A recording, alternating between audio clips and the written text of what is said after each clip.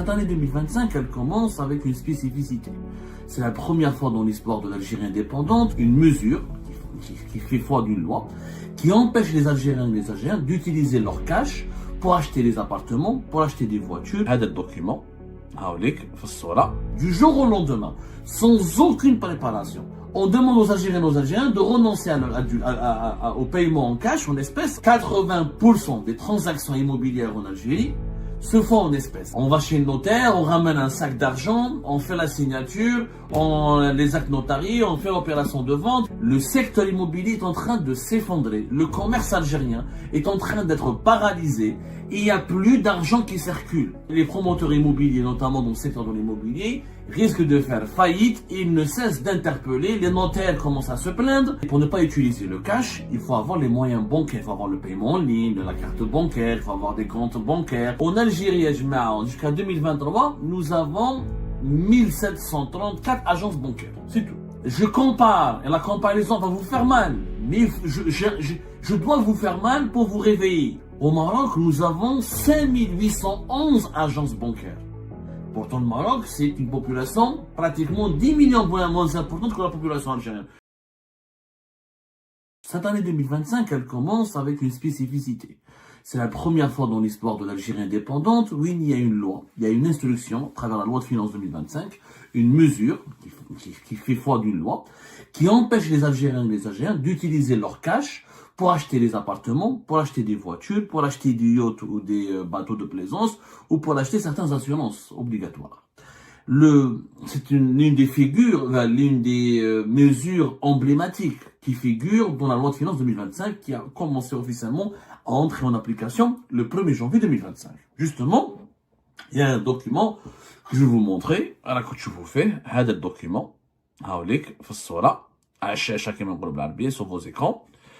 Ce document, c'est quoi? C'est une note qui a été adressée par la Direction générale du Trésor et de la comptabilité au niveau du ministère des Finances, qui a été adressée à tous les directeurs régionaux du Trésor et qui explique que dans le cadre de la mise en œuvre des dispositions de la loi numéro 2408 du 24 novembre 2024 portant loi de finances pour 2025, j'ai l'honneur de vous demander de vous conformer aux dispositions de l'article 207 de la loi précitée qui stipule que, à compter de la date de publication de la présente loi, les transactions citées après doivent être effectuées par des moyens autres que l'espèce à travers les circuits bancaires et financiers.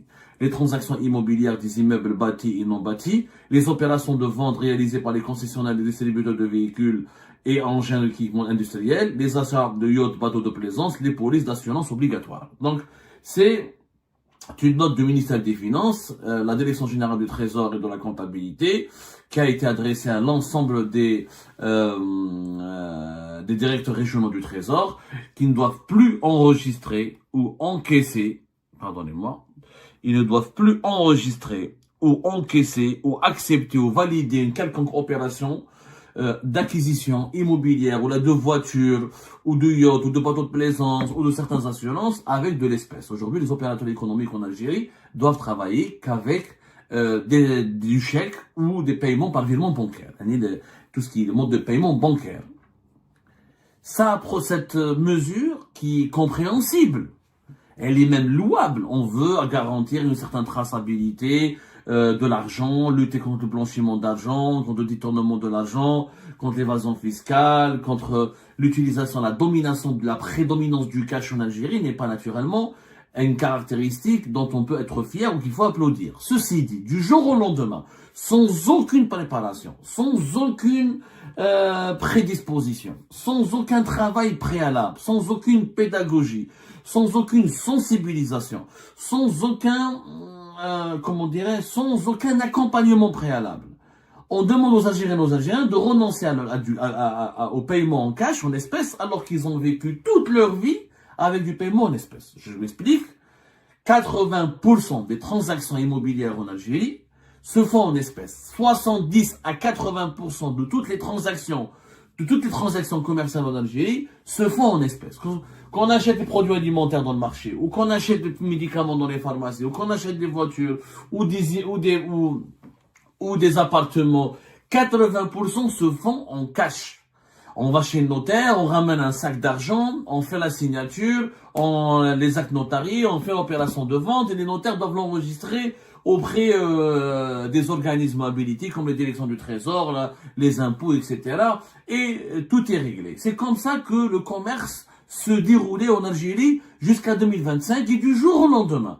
Encore une fois, sans aucune préparation, sans aucune mesure d'accompagnement.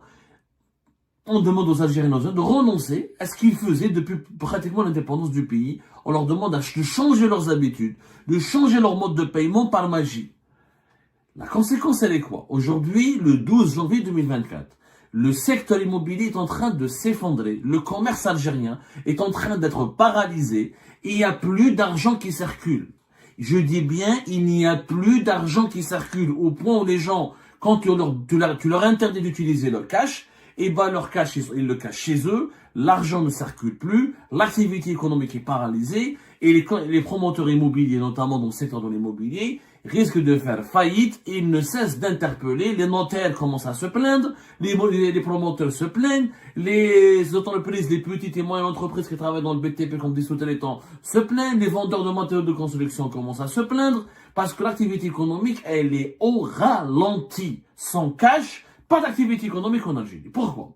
L'explication, elle est très rationnelle. Pour ne pas utiliser le cash, il faut avoir les moyens bancaires. Il faut avoir le paiement en ligne, la carte bancaire, il faut avoir des comptes bancaires, il faut avoir le carnet de chèques. Il faut qu'on soit un pays avec un système bancaire développé. Ce n'est pas le cas de l'Algérie. L'Algérie est l'un des pays les moins bancarisés de l'Afrique du Nord et du Moyen-Orient. Il faut savoir que le taux de bancarisation, on parle de taux de bancarisation. C'est-à-dire combien de foyers, combien de ménages ont accès à un service financier, à un compte bancaire. C'est ça ce que c'est le pourcentage des ménages qui détiennent un compte bancaire. C'est ça le taux de bancarisation. Le taux de bancarisation en Algérie, il est de même de 44%. Il est uniquement de 44%. C'est-à-dire même pas plus que la moitié. Pratiquement presque 60% de la population algérienne n'a pas un compte bancaire, n'a pas accès à un service bancaire, n'utilise pas le service bancaire ou le service financier bancaire classique pour ses opérations de commerce, les opérations de paiement ou là pour les achats des produits quotidiens. Pour vivre au quotidien, on n'utilise pas le compte, des comptes bancaires. Les Algériens n'ont pas beaucoup de comptes bancaires parce qu'on a un secteur bancaire catastrophique. Nous avons un nombre d'agences bancaires extrêmement faible. En Algérie, jusqu'à 2023, nous avons 1734 agences bancaires. C'est tout. 1734 agences bancaires dans un pays de plus de 47 millions d'habitants. Bon, vous, sa logique. 1734 agences bancaires, c'est tout. Je compare, et la comparaison va vous faire mal, mais je dois vous faire mal pour vous réveiller. Parce que les dirigeants, ceux qui ont imaginé cette loi, ceux qui ont imposé cette loi, avec une telle brutalité, avec une telle impréparation, sont des inconscients. La preuve, au Maroc, nous avons 5811 agences bancaires. Pourtant, le Maroc, c'est une population pratiquement 10 millions moins importante que la population algérienne. Au Maroc, ils sont entre 38 et 39 millions. Nous sommes à 47 millions. 5811 agences bancaires. En Maroc jusqu'en 2023. En Tunisie, je fous la Tunisie. En Tunisie, c'est un pays géographiquement, démographiquement beaucoup plus petit. C'est pratiquement une wilaya. Dans le territoire algérien de la Tunisie, c'est 12 millions d'habitants. C'est pas l'Algérie, c'est 47 millions. Ils ont 2041 agences bancaires. Je dis bien 2041 agences bancaires. Plus que l'Algérie de 47 millions. L'Algérie, c'est un pays continent. Nous n'avons pas assez de banques. Nous n'avons pas assez d'agences bancaires. Il y a des wilayas entières dans les grandes villes. À Alger, pour trouver une banque, il faut sortir, prendre la voiture, se garer, trouver où se garer, faire la queue. Les agences bancaires, comment elles sont gérées? Catastrophique. Pour avoir un carnet de chèque, il faut attendre 1 mois ou 2 mois. Pour avoir la carte bancaire, il faut attendre 2 mois ou 3 mois. Les guichets, c'est bien, on est mal accueilli. Tu déposes de l'argent, c'est même pas ton argent, tu sais même pas quand tu peux le retirer. La prestation de service, elle est catastrophique. Le secteur bancaire algérien catastrophique. D'ailleurs, en 2020, on nous a promis des banques privées. Elles sont où ces banques privées? Il y a aujourd'hui des banques en Algérie, des banques internationales, mais c'est des filiales de banques internationales. Je ne fais mon blé. Sinon, le réseau bancaire en Algérie est dominé par des banques étatiques. Je dis bien, c'est la BEA, la BNA, le CPA, la BDL, la BADR. C'est ça le réseau. C'est les banques étatiques. Nous avons 21 banques, plus exactement en Algérie. 21 banques. C'est très peu. C'est très très peu. Nous avons besoin de plus de banques. On l'a dit 1000 fois. On a besoin de créer. Nous avons un réseau financier, un réseau bancaire extrêmement sous-développé. Extrêmement sous-développé, par rapport à des pays africains et arabes. On ne se compare pas aux pays maroujous. On ne va pas se comparer avec les pays développés, les pays européens, ou les pays asiatiques, ou les pays émergents. Là, je n'ose même pas cette comparaison, mais parce que ça va nous faire mal au cœur. Ça va nous faire vraiment mal au cœur. Donc, en l'absence de réseau bancaire développé à travers le territoire national, en l'absence de, comment dirais-je, en l'absence d'un nombre de banques structurellement bien développées à travers le pays, face à un réseau bancaire ou face à un marché bancaire ultra dominé par les grandes banques étatiques qui sont des caisses et qui sont largement déficitaires ou qui fonctionnent mal. Quand elles sont pas déficitaires, leurs comptes comptables, leurs comptes sociaux, leurs bilans sont très opaques, marqués par les scandales de corruption, la mauvaise gestion, le manque de rentabilité. Et nous avons que 20 banques, 21 et 8 établissements financiers. Comment voulez-vous qu'on renonce au cash? Comment voulez-vous que la population renonce au cash? Mais mustahil. C'est impossible. Et qu'est-ce qui se passe aujourd'hui? Ok. Maintenant, imaginons que les Algériens et les Algériens vont prendre leur mal en patience et vont accepter d'aller subir la mauvaise gestion, le dysfonctionnement, la bureaucratie de leur banque, etc. C'est que quand on va aller déposer son cash, par exemple, je veux acheter mon appartement à 3-4 milliards, je dois aller déposer ce cash dans une banque, ouvrir un compte bancaire et payer ce nouvel appartement par un carnet de chèques. Qu'est-ce qui se passe? Le problème il est où? Non seulement on n'a rien fait pour développer le secteur bancaire et le nombre des agences bancaires, la modernisation de nos banques et la création de nouvelles banques privées nationales, par exemple, pour étoffer le secteur bancaire, c'est quand tu vas déposer ton cash, tu risques des soucis. L'Algérienne et l'Algérien qui déposent une somme importante en cash, on en a parlé récemment, l'Algérie part, quand on dépasse un certain seuil, depuis 2025, c'est 300 millions de centimes, la banque te demande ou de justifier, si tu ramènes 2-3 milliards, la banque elle te demande de les justifier, ou là elle te signale directement, elle prend l'argent, elle te signale directement auprès du fisc, la Direction Générale des Impôts, et la Direction Générale des Impôts ouvre une enquête. Ils te font une enquête fiscale. Ils disent, les 4 milliards, les 5 milliards. Naturellement, comme nous sommes dans un pays de cash, depuis l'indépendance, il faut bien l'imaginer, parce qu'il ne faut pas réfléchir à l'européenne. Quand tu réfléchis à l'européenne, ou là tu réfléchis comme avec une mentalité d'un pays développé, quand tu es toi-même un pays développé, mais quand tu es un pays sous-développé, et que tu as toujours vécu dans le sous-développement, tu peux pas imposer du jour au lendemain les règles du développement sans qu'il y ait du développement. Logique. D'être qu'on va justifier 4 milliards. Un héritage. واحد يخدم في l'informel.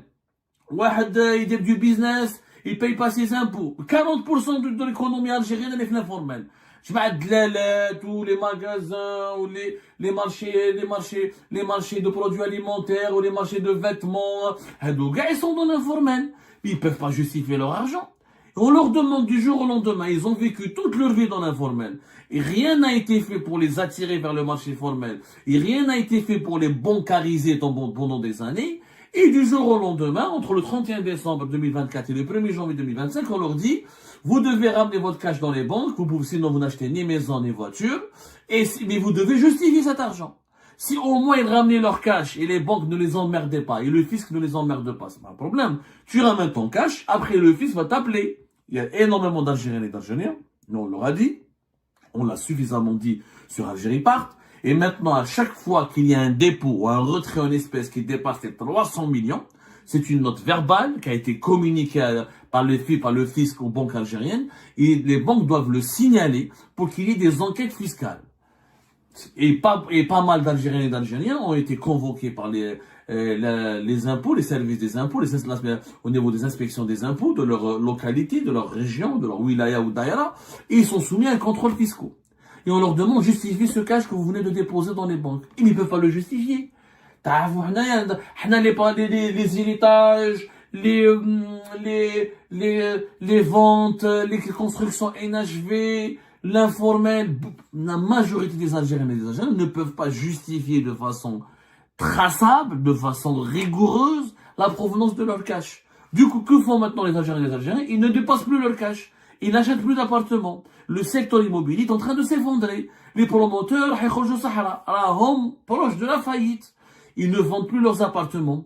Il faut savoir que même dans les grandes villes, non parlons pas des petites villes de l'intérieur du pays, les wilayas de l'intérieur, les wilayas du sud, même dans les grandes villes, Alger, Oran, Constantinople, Annaba, Bjaya, 80%, entre 70 à 80%, il y a même même des régions du nord du pays où les transactions immobilières à 100% se font avec le cash. 100%. Du jour au lendemain, on l'interdit. Et les gens n'achètent pas. Parce que quand je vais à la banque, on me demande de justifier cet argent, j'ai pas le justificatif, et après je risque d'être convoqué par les gendarmes, ou là par les impôts, on va faire une enquête fiscale sur moi, on va m'emmerder, et j'ai peur, les gens ont peur, ne déposent pas leur cash. Qu'est-ce qui s'est passé? Les banques n'ont pas récupéré le cash, les promoteurs n'ont pas vendu leurs appartements et n'ont pas récupéré leur argent, les fabricants de ces appartements, parce que le promoteur il n'est que le vendeur, mais l'appartement quand il est créé, quand il est fabriqué, quand il est construit, où les entreprises étrangères, les Chinois et les Turcs qui les construisent, ou les entreprises nationales, les sous-traitants, les vendeurs de faïence, le vendeur de marbre, le vendeur de meubles, les vendeurs c'est toute une économie, le BTP. Le vendeur du bois, le vendeur du ciment, les gars, ils seront pas payés. Parce que le promoteur, souvent, ils payent pas la totalité de leur charge à la fin de leur chantier, où ils attendent de vendre leurs appartements pour s'acquitter de toutes les factures. Ils peuvent pas s'acquitter de toutes leurs factures parce qu'ils n'arrivent pas à vendre leurs appartements. Ils n'encaissent pas leur argent. Du coup, le cash, l'argent, cette mesure anti-cash du régime algérien a provoqué une pénurie du cash. Il n'y a plus d'argent dans le marché.